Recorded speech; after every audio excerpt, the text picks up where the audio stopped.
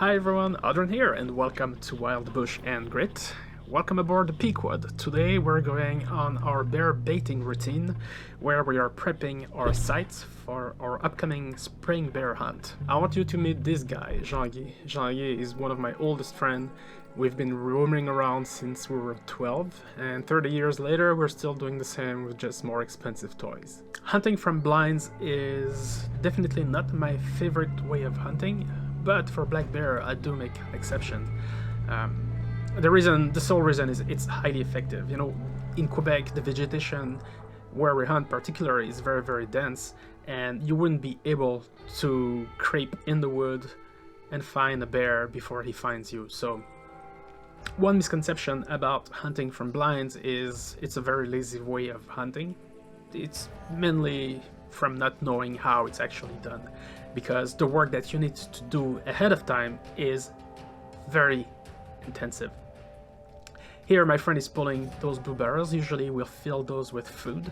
Right now it's half empty, so it's kind of easy, but usually those things weigh about 300 pounds. And pushing 300 pounds drum in the woods is no small feat.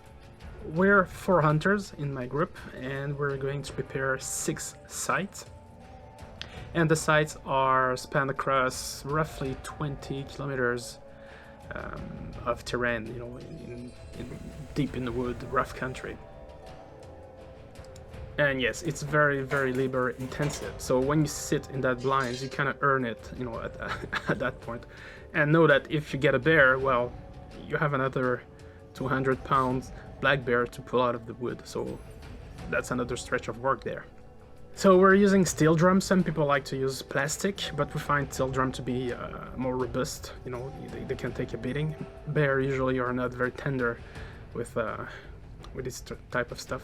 And usually we will fill them up all the way to the top. And usually it's very sweet stuff, you know, cookies, cake, that is no longer good for human consumption, that we're putting in these drums. From where I was, the smell was incredible. I wanted to go Scrooge McDuck on that thing, but I think I was too self-conscious.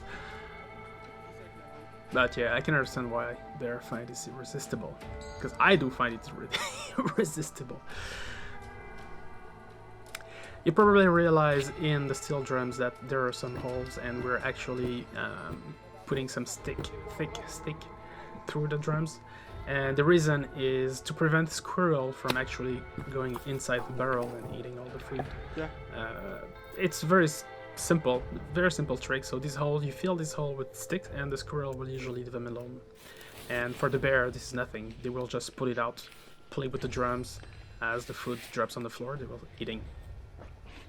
So we want the bear to work their fit so they can spend some time at the bait site, right? It also gives you an opportunity to actually take a good shot, because you don't want the bear to just come in, grab something and run. You want the bear to play with the barrel, you know, to eat. And this is where at some point the bear will probably give you a good opportunity to take a good shot. And of course, setting up the blinds, which is always a puzzle. You do it every year, but it seems that you forget how to do it every time. Which way's up are you going to break it? You know. So this is my blind. This is where I'll be spending a lot of time. Not too much, hopefully. The distance from the blind to the bait site is roughly 50 meters. I would say 55-60 yards. And usually also you can see around the actual bait, you know, the drum. With my friend over there, it's fairly open. You know, we chose an open area so you have good visibility. If a sow with cubs were to come to the drums, you want to be able to see the cubs, you know, so you don't take the shot on the sow, right? So it's important to have a good view. So roughly this is how we're setting up our baits. The rest of the day was just rinse, repeat. So once a site is done, we were just going back to camp, getting more food, loading up the trailer, and then heading out to the next site. Pushing 300 pounds of cookie through the wilderness. And, you know, yeah, getting back in shape. shaking your legs a little, having your heart pumping a little.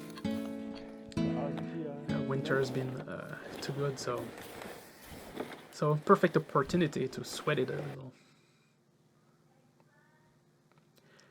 It was a beautiful day.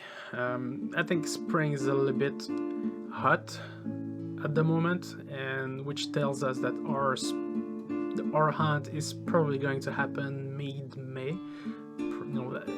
The second part of May.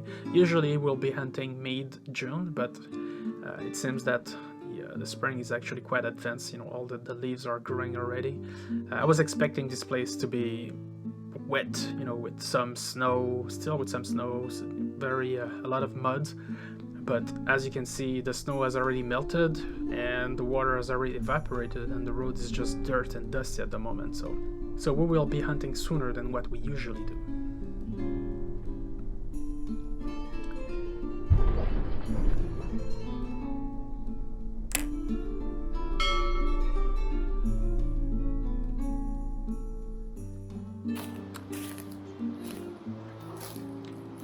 And because of COVID, we had curfew, so I couldn't reach home on the same day because we kind of finished late in the afternoon and I couldn't do the 4-hour drive back home. So I had to find a place in between somewhere where I could set up camp. And I randomly, again, exploration mode on, I randomly find this little river here, which was beautiful, beautiful place. I'll definitely go back.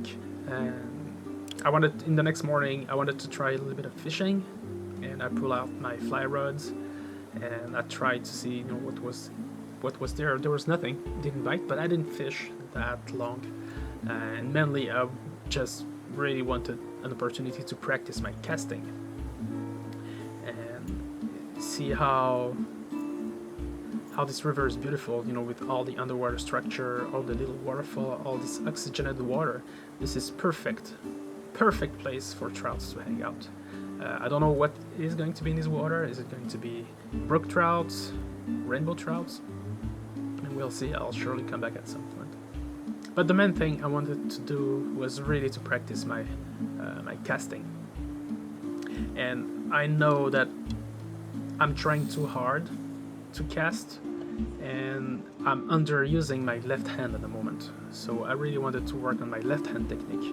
And a good left hand technique can increase the distance, at which you're able to cast. Now you must be, wait a minute, was I watching like a bear hunting video? Yes, you are. And the reason is usually bear hunt goes in hand with trout fishing. Well, at least this is how we do it here. We usually fish in the morning and we go bear hunt late in the afternoon. Most of our kills are actually done late, almost at the sundown. So, fly rods all polished, rifle is ready, all the sites are ready. We'll have to visit those sites weekly until we start hunting, and even until we all get our harvest, we need to maintain those sites. Thank you so much for watching this video. I hope you find it interesting, that you learn a few things. Are you a bear hunter? How do you prep your site? Are you baiting? I know some states in the US doesn't allow baiting, so how do you hunt bear in dense area like this? What's your favorite way? Let me know in a comment. I'd like to learn from you folks. So until next time, see ya!